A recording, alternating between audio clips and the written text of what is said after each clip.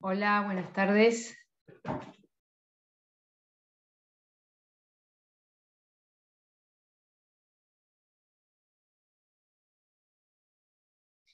¿Me pueden confirmar, por favor, si me están escuchando?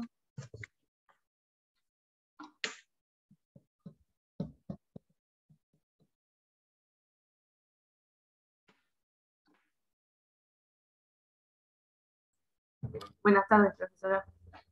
Hola, buenas tardes. ¿Facundo y Julián están por ahí o solo tienen la cámara prendida?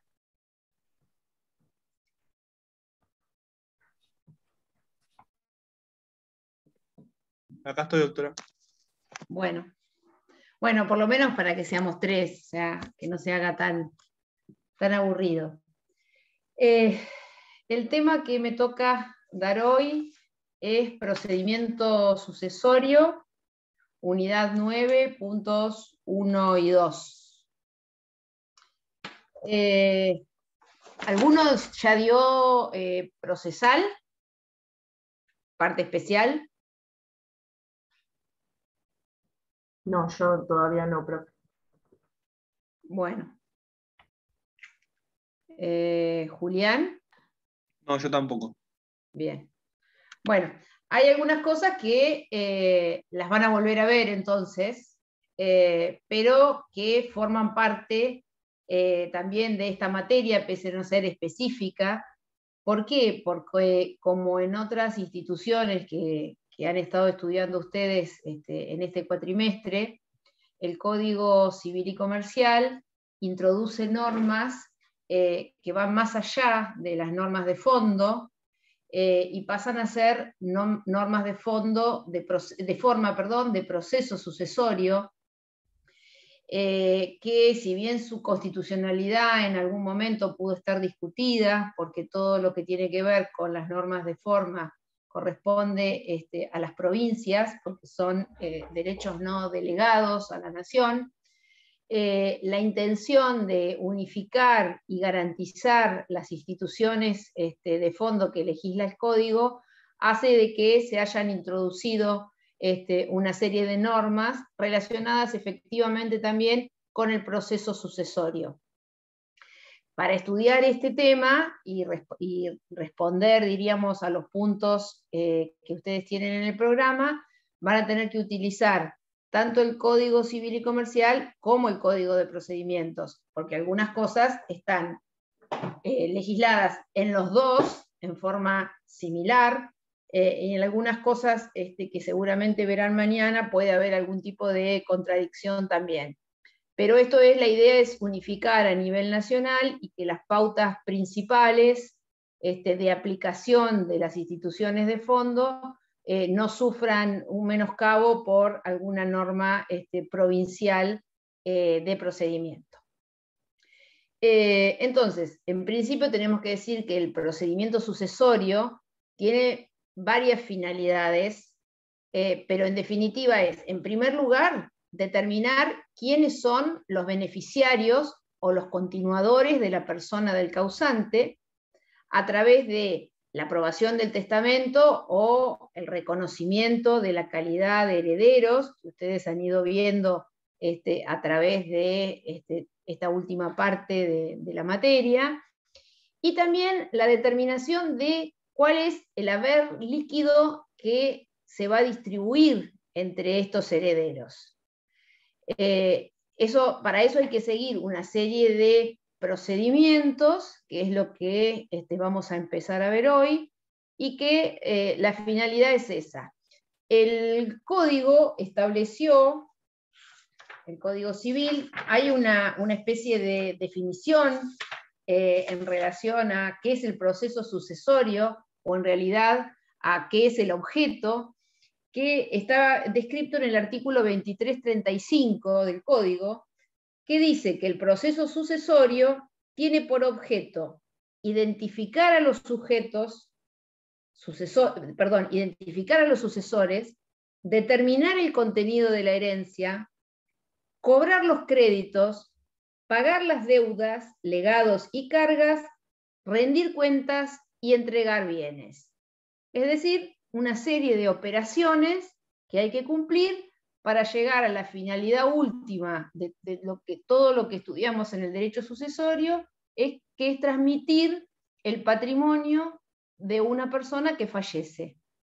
Entonces, siguiendo esas pautas, hay características de este proceso sucesorio que ustedes tienen que conocer. En principio, los procesos en general se dividen en voluntarios o contenciosos. El proceso voluntario no hay posibilidad de contradicción. Simplemente se chequea que se hayan cumplido determinados recaudos y como consecuencia de ello se dicta una resolución. En los contenciosos es justamente donde hay una controversia. En las sucesiones, en principio, el procedimiento sucesorio madre en sí es simplemente un procedimiento voluntario. Yo, como heredero, tengo que presentarme al juez, exhibirle determinada documentación, cumplir determinados pasos, y el juez, a partir de eso, va a determinar si yo tengo o no tengo la calidad de sucesor de una persona en particular. Pero todo lo que exceda, diríamos, este trámite voluntario, en donde haya controversia, se trata fuera del procedimiento sucesorio. Ya lo vamos a volver a conversar. Por otro lado, otra de las características del proceso sucesorio es que es un proceso universal. No sé si ustedes han llegado también a quiebras, pero bueno, en principio los dos procesos universales que tenemos en nuestra legislación son las sucesiones y los concursos y las quiebras. Allí todo el objeto es la totalidad de un patrimonio. En este caso, en la sucesión, es la distribución total del patrimonio del causante. Por eso se llama un proceso universal, tiende al todo. Y este procedimiento sucesorio en nuestra legislación es un procedimiento judicial. Es decir, no tengo ninguna posibilidad de, a través de un trámite administrativo, convertirme en heredero. Hay legislaciones en otros lugares del mundo que por ahí no hay necesidad de intervención de un magistrado. Hay legislaciones donde las sucesiones, diríamos, se hacen notarialmente, es decir, el que chequea la existencia de estos recaudos y calidades de herederos es un notario, pero en nuestro país es indefectible la intervención de un juez. Es decir, es el magistrado, el magistrado civil y comercial en provincia de Buenos Aires, el que es el encargado de llevar adelante los procesos sucesorios. Tengan en cuenta que el procedimiento sucesorio no es un procedimiento que pueda tramitar en un juzgado de familia. Está totalmente excluido de esa jurisdicción. Es jurisdicción de los juzgados civiles y comerciales en provincia de Buenos Aires. En Capital Federal, que hay una división entre juzgados civiles y juzgados comerciales, tramitan el fuero civil. Pero, les reitero, no es competencia del fuero de familia.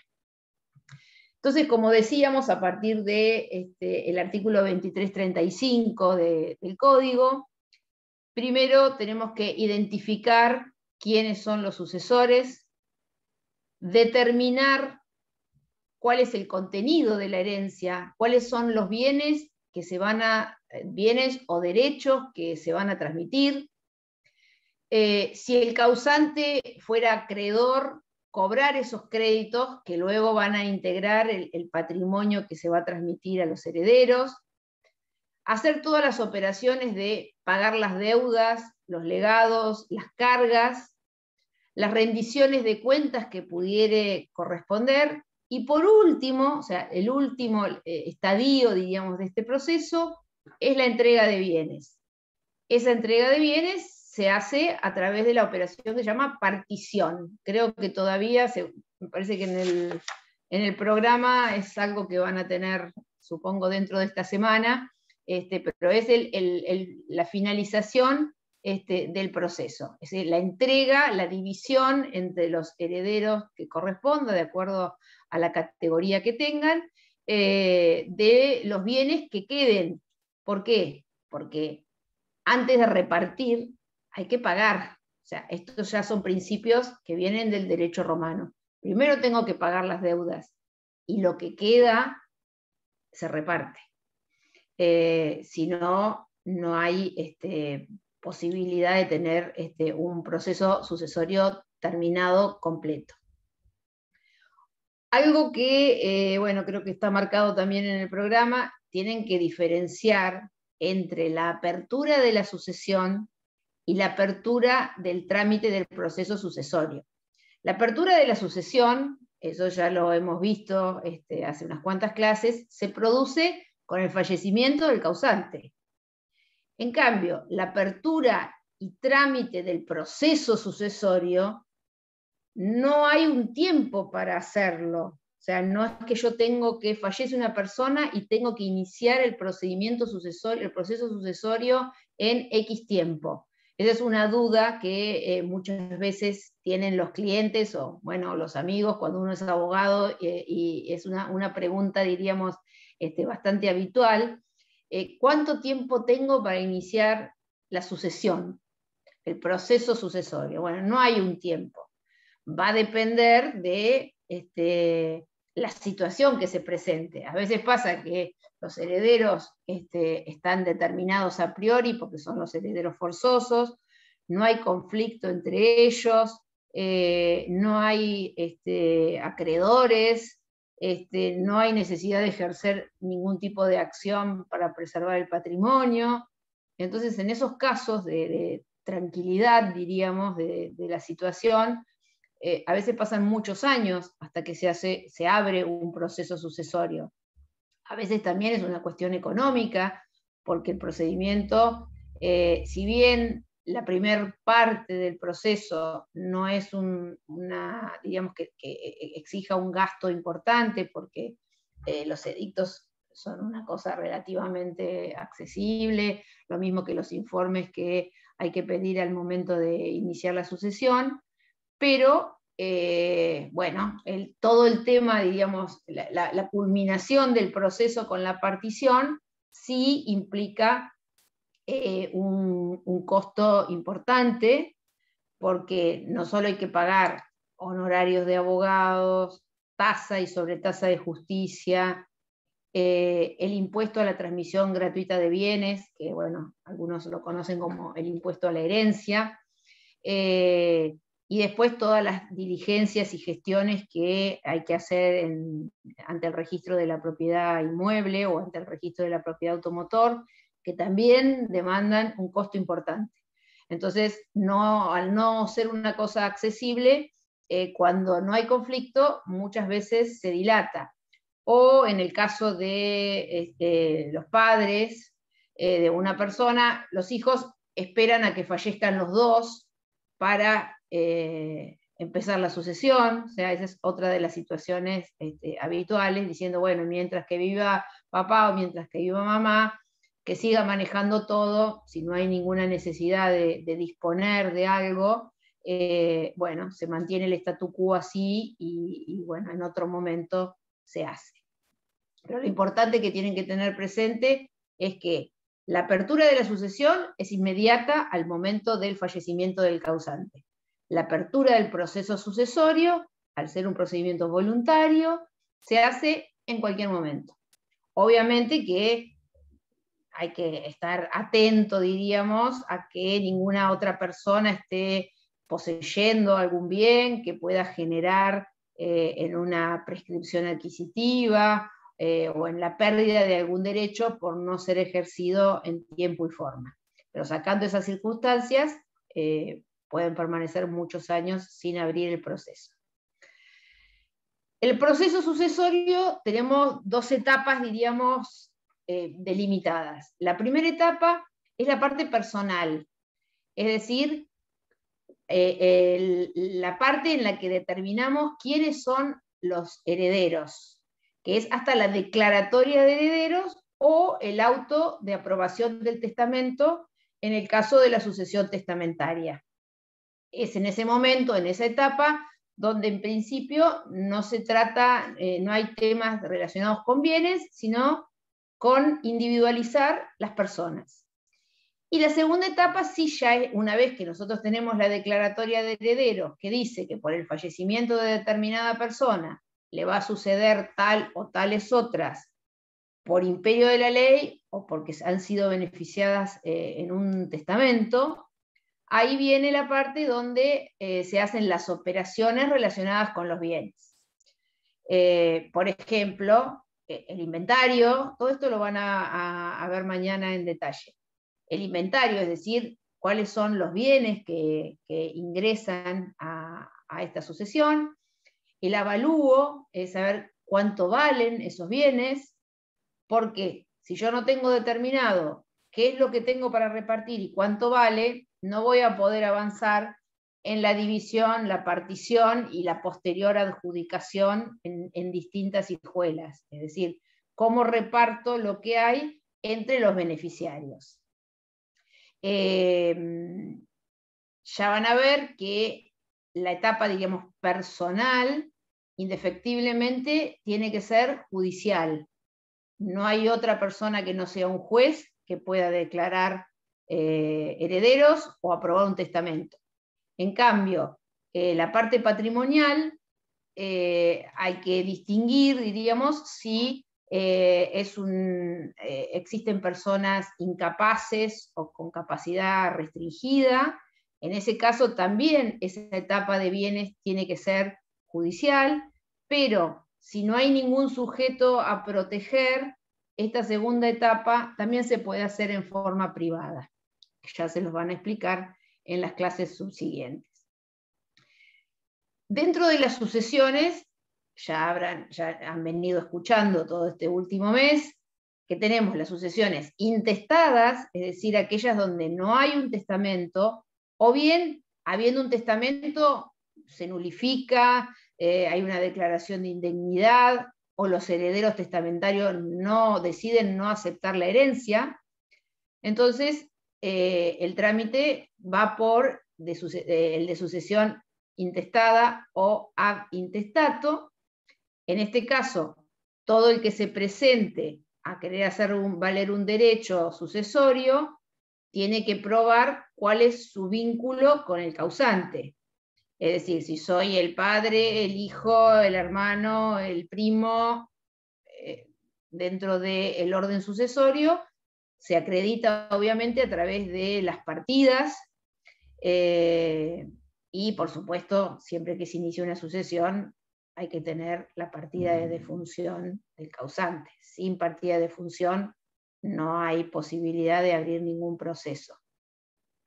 Cuando uno inicia un proceso sucesorio ad intestato, tiene que denunciar si conoce la existencia de otros herederos, y si fuera así, aportar la mayor cantidad de datos posibles para individualizar y para que se los cite. Si yo omito información, siendo de mi conocimiento la existencia y los demás datos, y se acredita, estoy obrando de mala fe, y eso va a tener efectos con posterioridad, si no logro, diríamos, excluirlos y que a través de la publicación de edictos no se presenten. La publicación de edictos a partir de la última reforma es por un día en el boletín oficial. Realmente es una ficción, porque supongo que ninguno de ustedes, ni nadie que conozcan, siempre hay alguno que sí, pero bueno, en principio la mayoría de la gente común no se levanta por la mañana y lee los edictos del boletín oficial. Antes, el boletín oficial era un diario, como La Capital, La Nación o lo que fuere, al cual mucha gente tenía acceso y estaba suscripta. Eso desapareció, y hoy el boletín oficial es una publicación, es una página de la web, que uno puede chequear, obviamente, pero bueno, es muy difícil que uno se entere de la existencia o de la citación a presentarse en una sucesión por la publicación de edictos por un día en el boletín oficial. Así que por eso está el tema de la obligación de los herederos, de aquel que se presente en una sucesión, de denunciar la existencia de otros con los datos que pueda aportar. La otra fuente de sucesión es la sucesión testamentaria, que como les decía, se abre a partir de la existencia de un testamento. Ustedes ya han visto que hay dos tipos de testamento. Por un lado, el testamento hológrafo, que es el escrito de puño y letra, que inmediatamente de iniciado y presentado en el expediente debe protocolizarse en un protocolo de un escribano que designa el juez. Y también hay una citación por edictos para que se presente cualquier persona que pudiera considerar que este testamento pueda ser falso o nulo. También se puede dar el caso de una sucesión mixta, es decir, que sea parcialmente testamentaria y parcialmente intestada. ¿Por qué? Porque puede ser que el testamento se limite a, por ejemplo, a los legados, o sea, no hay una institución de heredero con vocación universal, sino un legado particular. Entonces todo lo que no está incluido y puede transmitirse a partir de esa disposición testamentaria va por la vía de la sucesión intestada. Entonces en ese caso el trámite es mixto. Y hay una cuarta posibilidad, que es la sucesión vacante, pero que inicialmente tiene que abrirse de alguna manera, y a veces pasa que se abre como una intestada y después aparece que no hay herederos de ninguna índole. Es bastante raro que el Estado se presente espontáneamente a abrir una sucesión para que se declare la vacancia. Aunque ya no sé si llegaron a ver eso también, hay una recompensa si uno tiene conocimiento de la existencia de una sucesión vacante, es decir, que una persona falleció sin dejar herederos legítimos ni testamentarios. Si pone en conocimiento del Estado eso, tiene la posibilidad de recibir, creo que es el 10% del valor de los bienes de los cuales el Estado vaya a recibir a partir de eso. De vez en cuando aparecen sucesiones vacantes, y a veces ocurren, acá yo he visto en Mar del Plata varias veces, a partir, por ejemplo, de ejecuciones de expensas. A veces uno como abogado está ejecutando expensas que se deben de un departamento, se entera del fallecimiento del titular registral, nunca aparece nadie, los departamentos quedan vacíos, y bueno, uno como abogado puede iniciar la ejecución de expensas, pero eso tiene o sea, no puede seguir adelante desde el momento que se constate de que el titular de dominio está fallecido. Entonces ahí puede pedir la apertura de la sucesión como acreedor, y si no aparece ningún heredero con derecho, la sucesión se reputa vacante, y se comunica, en el caso de Provincia de Buenos Aires, cuando los bienes son en Provincia de Buenos Aires, a la Fiscalía de Estado de la provincia. O sea, esos son los casos que yo realmente he visto como sucesiones vacantes. Siempre a partir de otro tema que uno toma conocimiento, y bueno, puede lograr, diríamos, eventualmente esa recompensa. Nunca vi a nadie que la cobrara, pero existe, o sea que en algún momento, yo tuve una situación como la que les conté, pero cuando ya estaban incluso subastando la mayoría, porque era una persona que no solo tenía bienes en Mar del Plata, sino también tenía algunos bienes en Capital Federal. Y cuando habían subastado un par de bienes de los de Capital Federal, pero todavía no el de Provincia de Buenos Aires, de acá de Mar del Plata, apareció una heredera. de, no sé, 95 años, que vive en el Gran Buenos Aires y que era una prima, que estaba legitimada, diríamos, en el orden sucesorio como para ser la heredera. La verdad, nunca la vi a la señora, no sé si existe o no existe, si consiguieron papeles, pero bueno, la sucesión dejó de ser vacante, en una palabra, y volvió a ser una sucesión ab intestato, en la cual esta señora se presentó y tomó los bienes en el estado en que se encontraban, que, bueno, ya les digo, uno estaba subastado y los otros estaban subsistentes.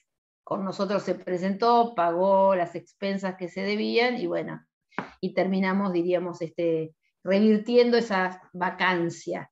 Pero es otra alternativa, la sucesión vacante. Como les decía, el artículo del Código de Procedimientos que establece la apertura del proceso sucesorio, que es el artículo 724 del Código de Procedimientos, dice que quien solicitare la apertura del proceso sucesorio deberá justificar prima facie su carácter de parte legítima y acompañar la partida de defunción del causante, que es lo que les decía. El carácter de parte legítima es la relación con el causante y la partida de defunción. Si éste hubiera hecho testamento y el solicitante conociere su existencia, deberá presentarlo cuando estuviese en su poder o indicar el lugar donde se encontraren si lo supiere. Cuando el causante hubiere fallecido sin haber testado, deberá denunciarse el nombre y domicilio de los herederos o representantes legales conocidos. Este es, como les decía, el 724 del Código de Procedimiento Civil y Comercial. En cada sucesión que se inicia, una de las primeras medidas que se disponen en el auto de apertura es que se oficie al registro de testamentos del Colegio de Escribanos de la provincia de Buenos Aires. ¿Por qué? Porque cada testamento que se hace por acto público, los notarios tienen la obligación de registrarlos en este registro de testamentos. Entonces, cuando una persona fallece, a veces no se sabe, obviamente, si testó o no. A veces el causante en vida hasta suele dar una copia al beneficiario, como adelantando la información, pero de todas maneras, como los testamentos, ustedes ya han escuchado, que son revocables mientras que uno tenga vida, podría ser que no fuera, diríamos, el último testamento el que uno tiene. Entonces, indefectiblemente, hay que oficiar al registro de testamentos para saber cuál es el último o si hay algún tipo de disposición de última voluntad. En el registro del Colegio de Escribanos, además del registro de testamentos, hay un registro de una creación relativamente reciente de actos de última voluntad, de disposiciones de última voluntad, que tienen que ver con la disposición del propio cuerpo o de manifestar con directivas anticipadas qué es lo que uno pretende en el caso de que uno pierda la salud pero no la vida, como que no se obligue o no se hagan procedimientos invasivos, que no se conecte a determinadas máquinas, que uno quiera ser atendido en determinado lugar por determinado equipo médico, o también, por ejemplo, en relación a la disposición del cuerpo, es decir, que quiere ser cremado. Bueno, todas estas directivas anticipadas, también, o sea, no necesariamente tienen que hacerse por acto público, pero para el caso de haberse hecho por acto público, también dentro del Colegio de Escribanos hay un registro de ese tipo de actos a los cuales también se puede recurrir para saber de la voluntad del causante. Bueno, eso sería fundamentalmente los requisitos para la apertura del proceso, ¿no? Como les decía, hay que publicar edictos por un solo día, el código dice en el diario de publicaciones oficiales, que es el boletín oficial. Y también otra de las primeras medidas cuando uno abre un juicio sucesorio es la remisión de lo que se llama una planilla de juicios universales. ¿Qué quiere decir esto? Cada vez que se abre un proceso universal, los juzgados tienen que informar a este registro de juicios universales que funciona, diríamos, en la Corte. ¿Por qué se hace esto? Para que no haya duplicidad de juicios universales ab intestato o testamentarios de la misma persona y que pudieran llevar caminos separados y que se provoque un desgaste jurisdiccional inútil y eventualmente un escándalo jurídico por algún tipo de resolución contradictoria. Entonces, una vez que uno inicia, cuando uno inicia, tiene que acompañar esta planilla, diríamos, para que remitan al registro de juicios universales. Hoy por hoy todo es vía electrónica, antes era una planilla en papel. Eso viene con una respuesta diciendo, ¿existe o no existe otro juicio universal en relación a la misma persona?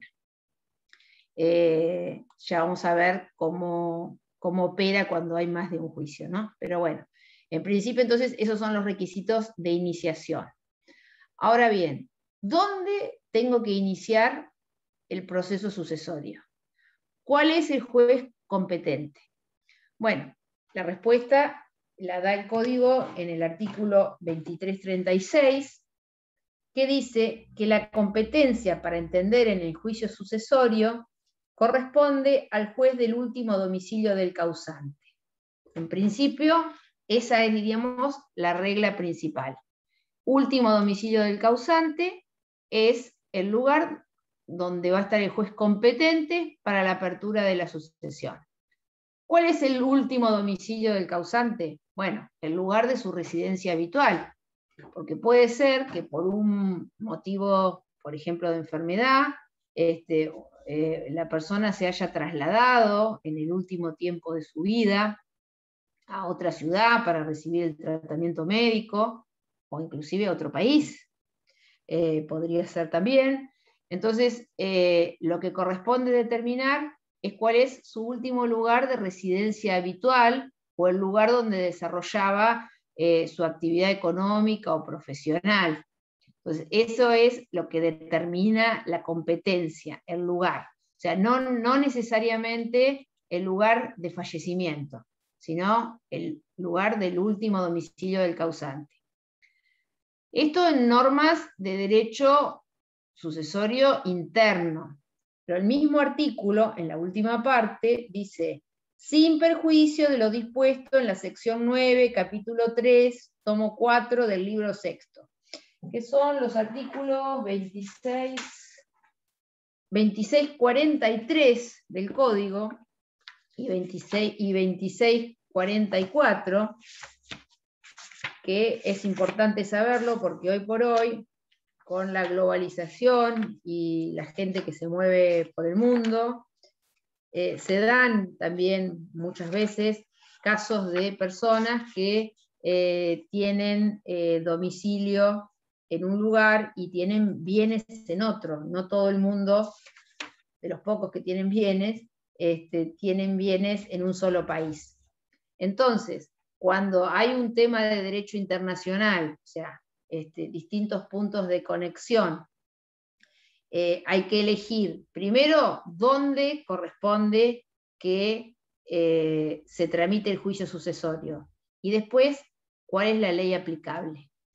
Entonces, el 2643 dice que son competentes para entender en la sucesión por causa de muerte los jueces del último domicilio del causante. Hasta ahí vamos igual que dentro del derecho interno.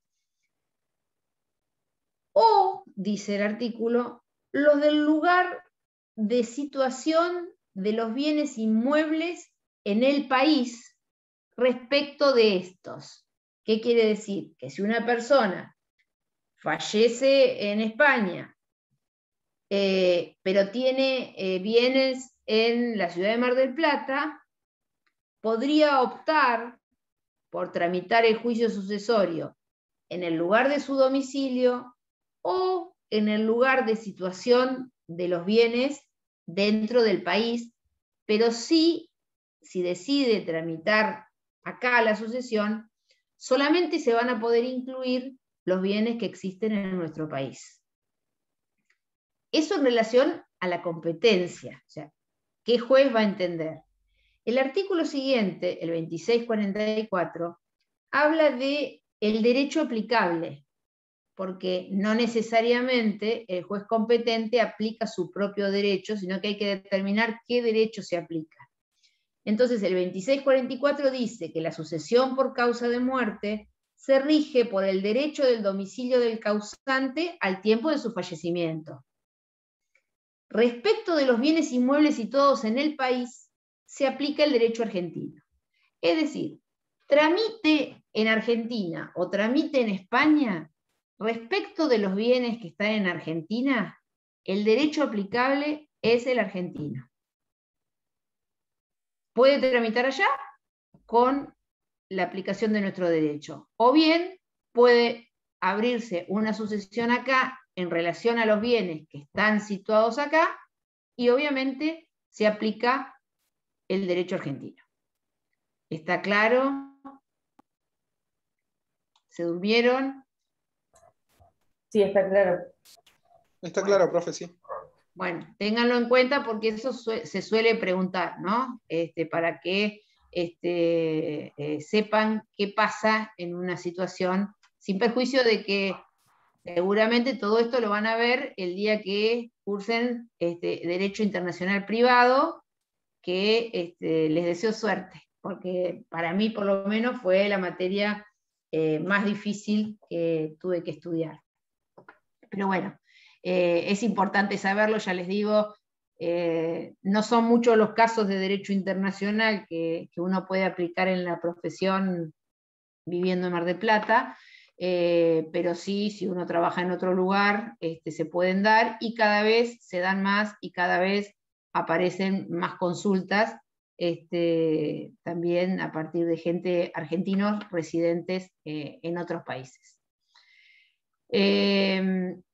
Ahora bien, en los casos de que el causante dejara un solo heredero, si ya sabemos que hay un solo heredero, los acreedores del causante, de acuerdo a lo que dice el 2336, pueden optar entre dirigir las acciones que tengan contra el causante al juez del último domicilio del causante o ante el domicilio de este heredero único.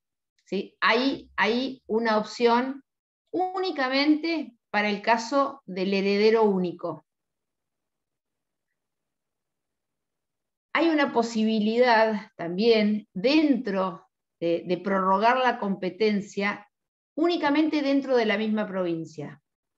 Si, por ejemplo, son varios herederos y son todos capaces, por más que de acuerdo a las reglas del Código Civil, si la persona vivía en Bahía Blanca, el lugar de residencia habitual es Bahía Blanca, falleció en Bahía Blanca, pero todos los herederos que son mayores de edad y capaces viven en Mar del Plata, está la posibilidad de prorrogar y tramitar la sucesión en Mar del Plata.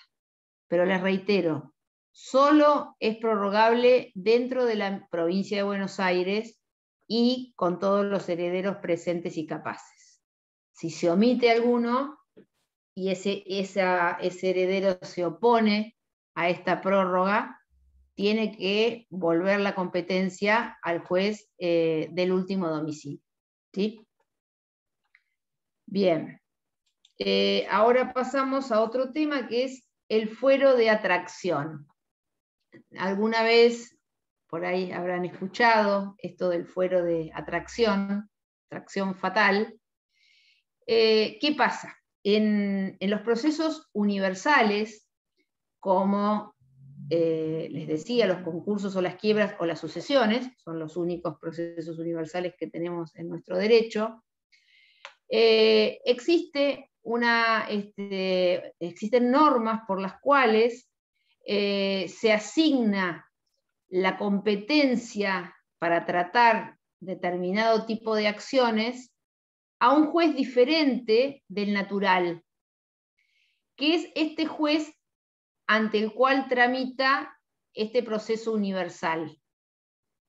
Es decir, que algunas pretensiones que están vinculadas con el patrimonio o los derechos de ese proceso, en este caso el nuestro, el sucesorio, es mejor, existe una cuestión de conveniencia, no solo de economía procesal, sino también de seguridad jurídica, de que todas las cuestiones relativas a ese patrimonio sean resueltas por un solo juez.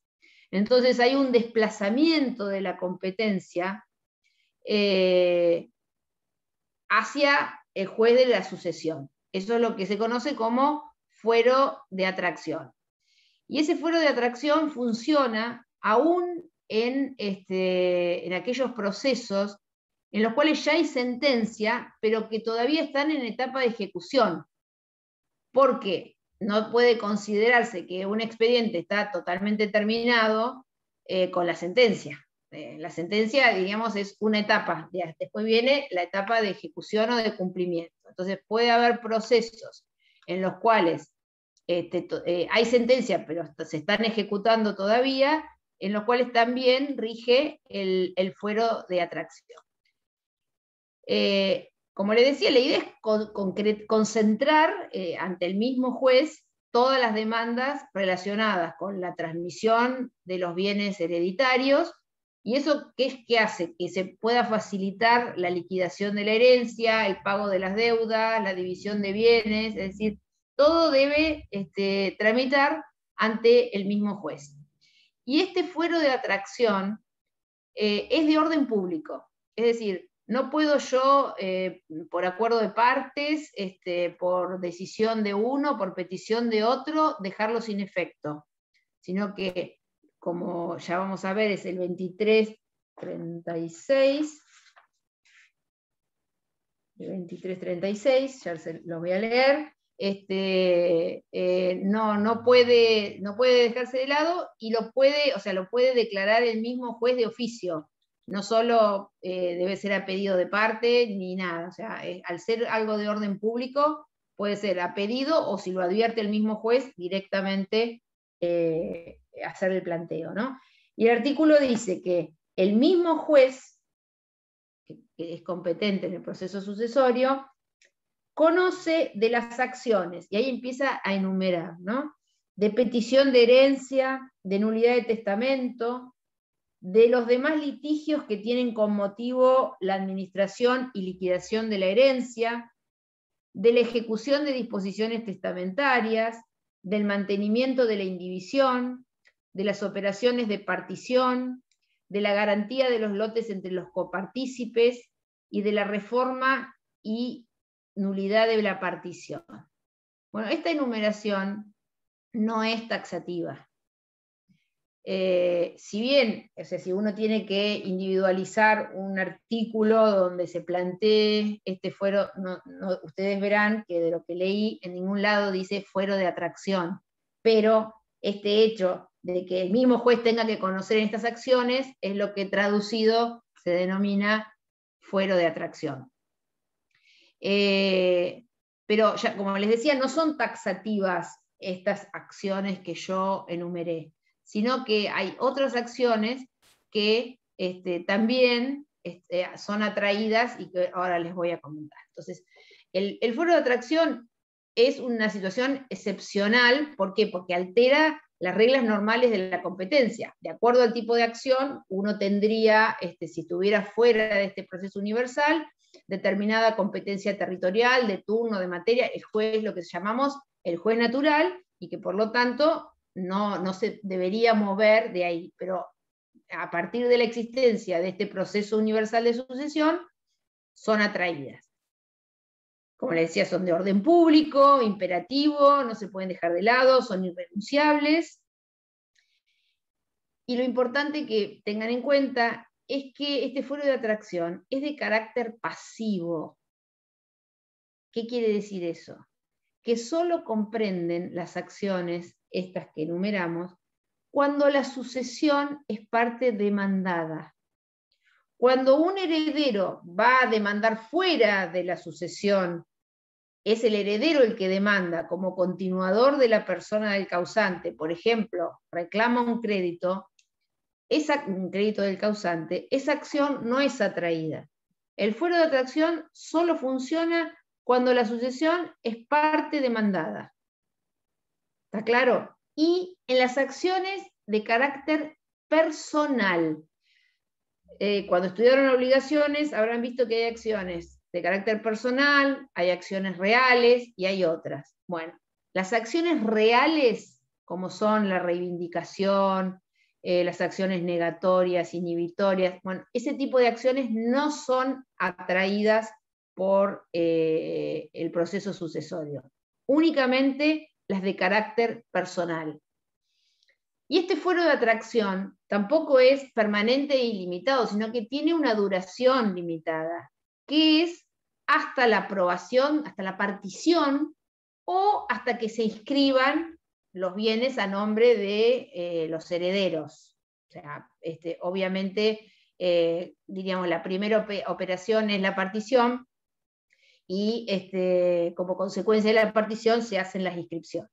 Pero si ya se produjo la partición en una sucesión, y yo tengo que entablar con posterioridad a eso una acción relacionada con esto, puede ser, no me enteré, me surgió después la situación, bueno, entonces ya, si ya se superó la etapa de la partición en la sucesión, ya no hay más fuero de atracción y irá directamente al juez natural.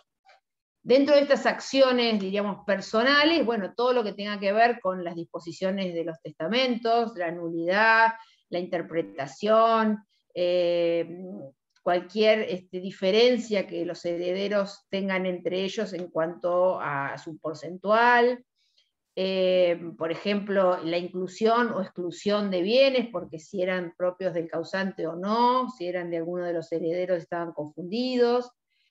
Y las acciones personales que pueden tener consecuencias en la sucesión, como por ejemplo la nulidad de matrimonio, la filiación, si yo estoy interponiendo una acción para que me declaren hijo del causante, porque nunca me reconoció en vida, bueno, obviamente eso va a influir en la división final de los bienes que integran este patrimonio relicto.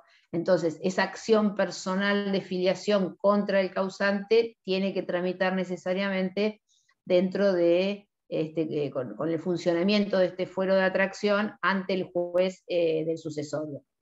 Las ejecuciones hipotecarias también, porque si bien la hipoteca es un derecho real, es una garantía anexa de la deuda, del crédito hipotecario, y por lo tanto también tramita dentro de la atracción, ¿no?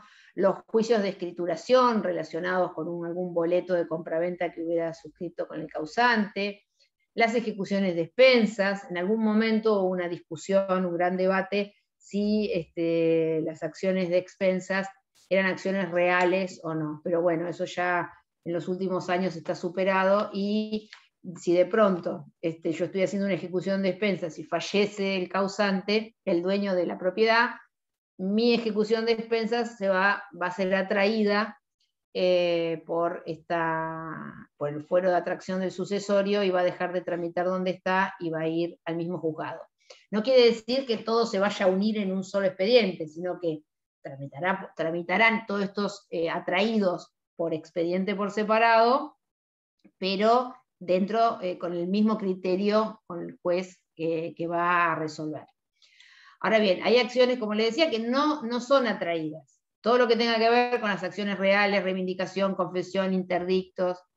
La expropiación, por ejemplo, si se promoviera una acción de expropiación de un bien que forma parte del patrimonio del causante, porque se va a construir una carretera o se va a construir una autopista o lo que fuere, no quiere decir eso que la acción de expropiación tenga que tramitar ante la sucesión, sino que tramitará de acuerdo a la ley donde corresponde y listo. Lo mismo las acciones relacionadas con el contrato de trabajo. Si uno tiene un juicio contra el causante como empleado, el hecho de que fallezca no quiere decir que el expediente vaya a mudarse desde el Tribunal de Trabajo al juzgado civil donde tramita la sucesión. Continúa tramitando y el día que llegue a la sentencia verán cómo se compensa o se paga el crédito correspondiente. Lo mismo todo relacionado con las acciones de las sociedades comerciales en las cuales pudiera tener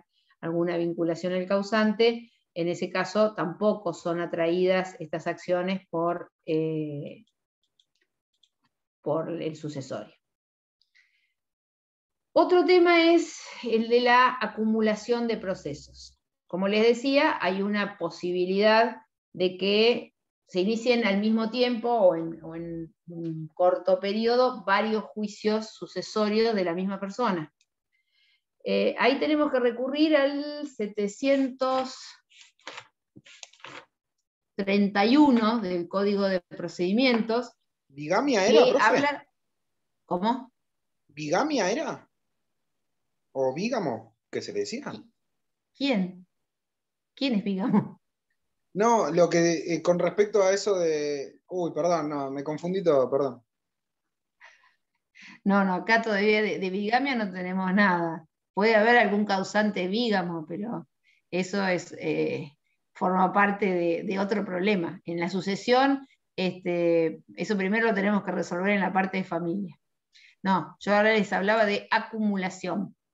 La acumulación está prevista en el 731 del Código de Procedimientos, que dice, da varias opciones cuando se inician varios juicios sucesorios de la misma persona. Dice, cuando se hubieran iniciado dos juicios sucesorios, uno testamentario y otro ab intestato, no pueden tramitar dos juicios sucesorios de la misma persona. Entonces, para su acumulación, prevalecerá en principio el primero. Es decir, entre testamentario y ab intestato se va a acumular el segundo expediente en el testamentario. Pero le da la posibilidad, porque dice, quedará a criterio del juez la aplicación de esta regla, teniendo en cuenta el grado de adelanto de los trámites realizados y las medidas útiles cumplidas en cada caso, siempre que la promoción del proceso o en su sustanciación no revelaren el propósito de obtener una prioridad indebida. El mismo criterio se aplicará en caso de coexistencia de juicios testamentarios o ab intestato. En definitiva, el principio fundamental es que se va a acumular en aquel, o sea, lo que ocurre en la práctica, les digo, ¿no? Aquel que esté más avanzado, sea ab intestato o sea testamentario. Y si hay dos testamentarios o dos ab intestato, en aquel que se haya avanzado más, sobre ese se va a acumular, porque es una cuestión de evitar un desgaste inútil,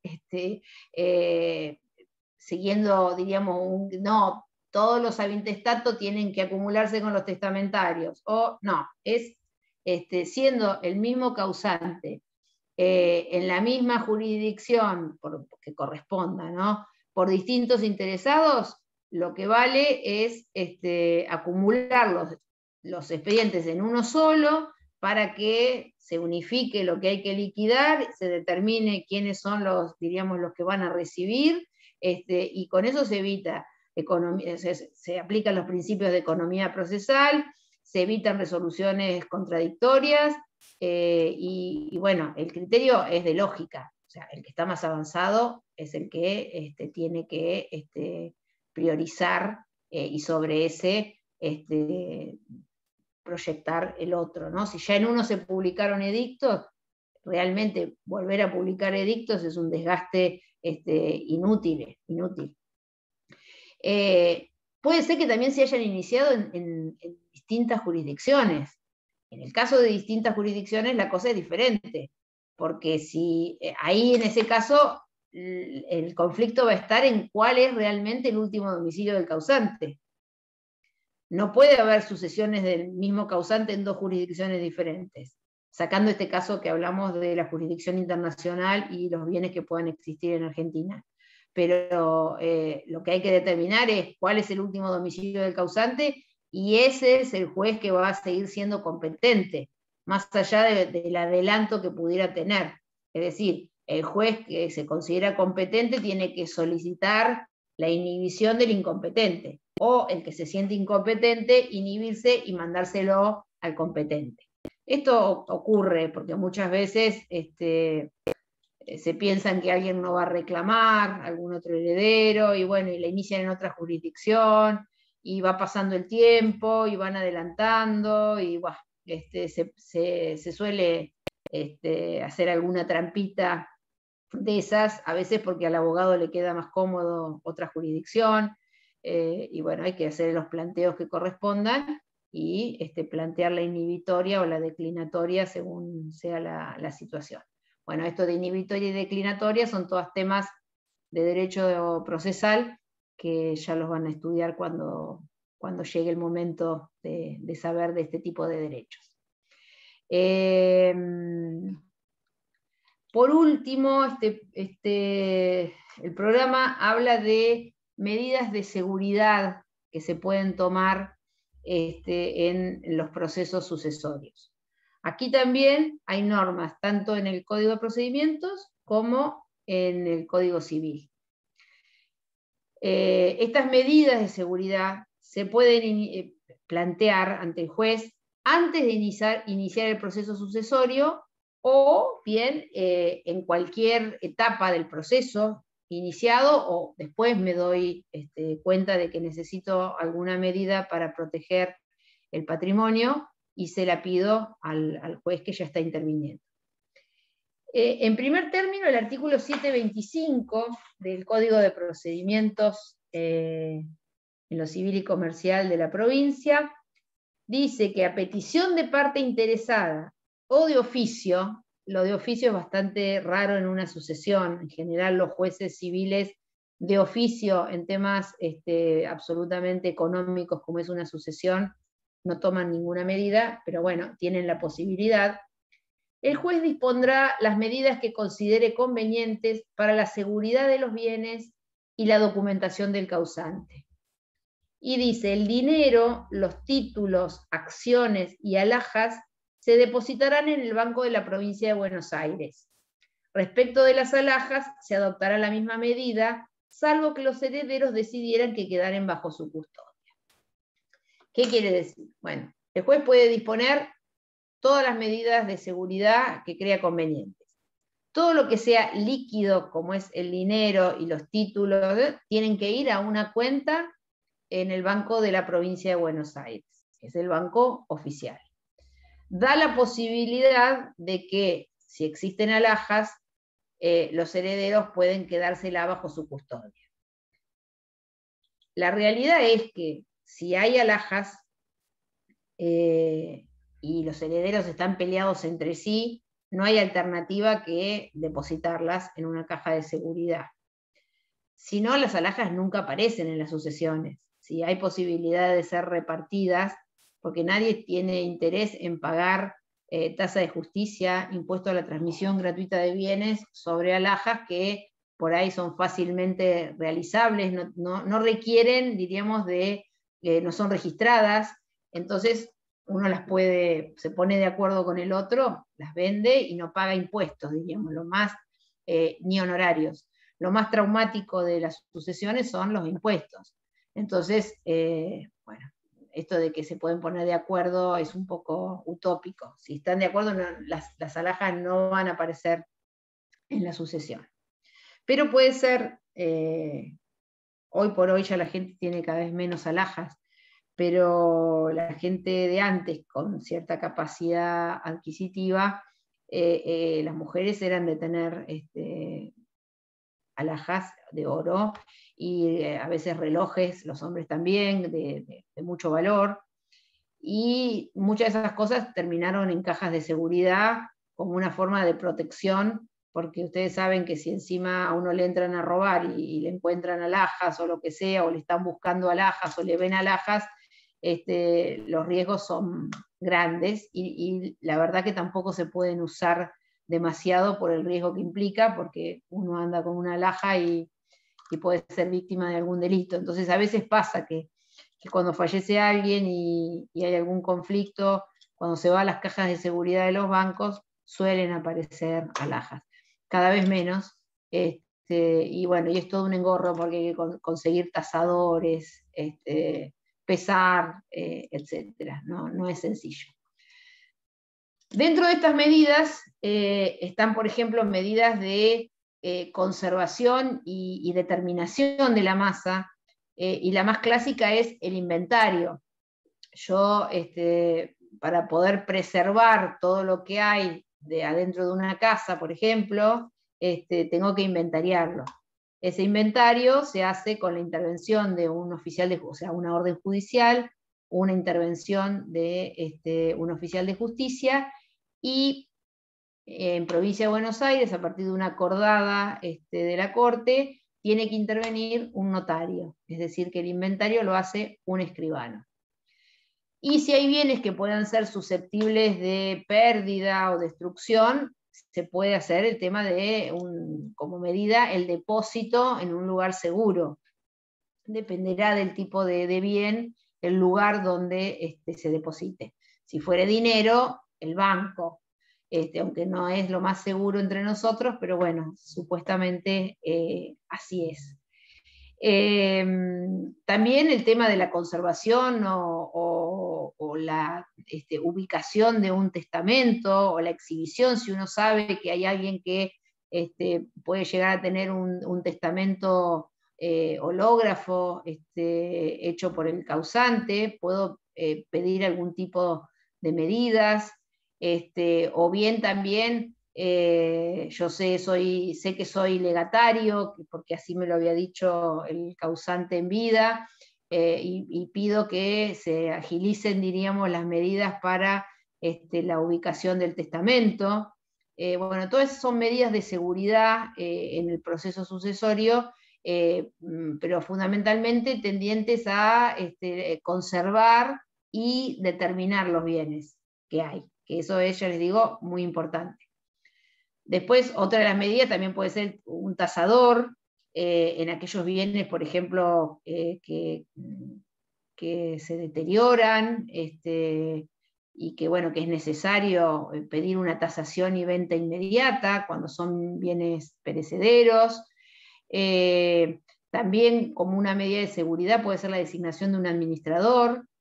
A veces es imprescindible continuar, por ejemplo, en el caso de inmuebles rurales, donde hay animales, donde hay cosechas para levantar, indefectiblemente hay que agilizar el proceso, porque bueno, a veces hay interesados en que eso no ocurra. Entonces uno puede pedir como una medida de seguridad y urgente la designación de un administrador provisorio.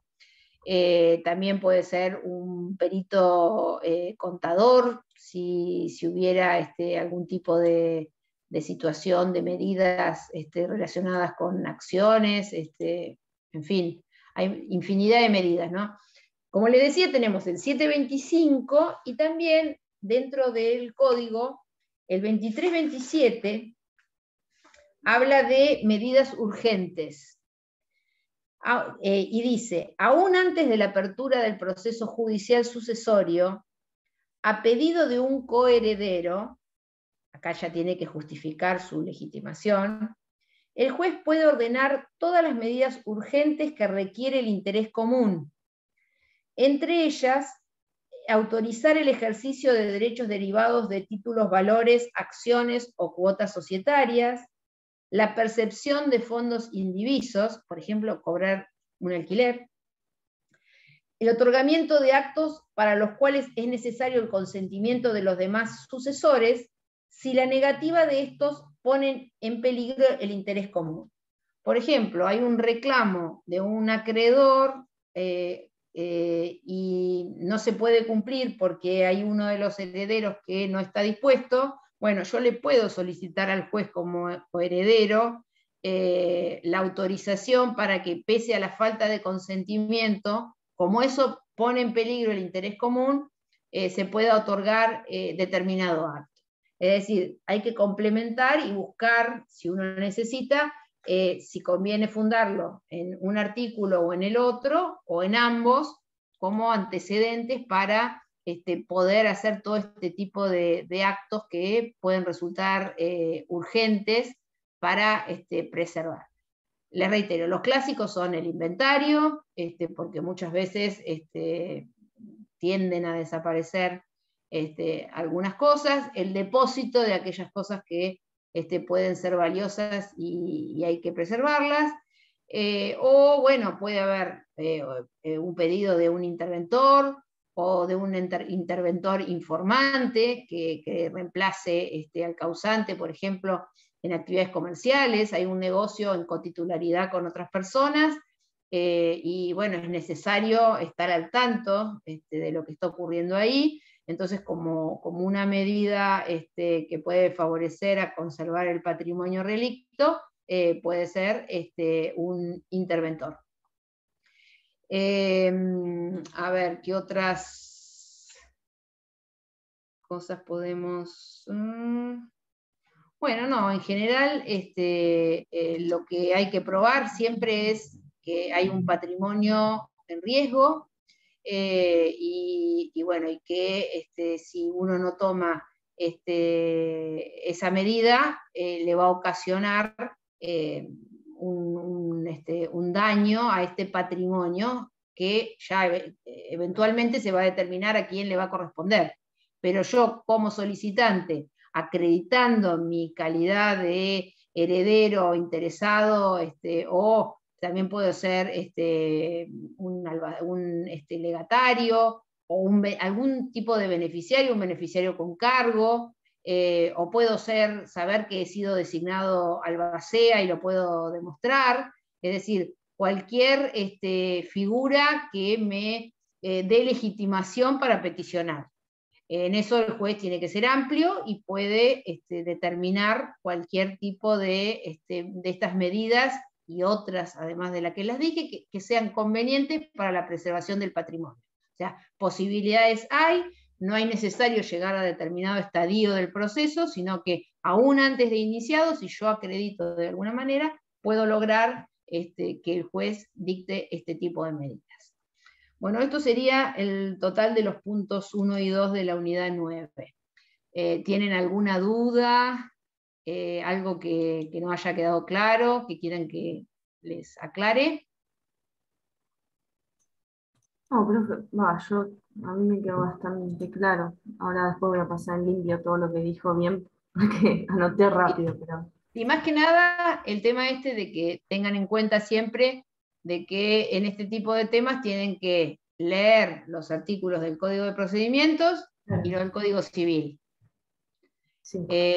Son temas que por ahí no están demasiado desarrollados en los manuales, este tema del procedimiento, pero bueno, no son tantos artículos de los códigos, y están íntimamente relacionados con todo el tema, porque es la realización de todas las instituciones que ustedes van viendo en el curso del cuatrimestre o de la parte relacionada con sucesión. Es decir, en el proceso se van a presentar todos los temas que ustedes han visto, y cuando son conflictivos, tramitan frente al juez del sucesorio, pero materialmente en expediente por separado.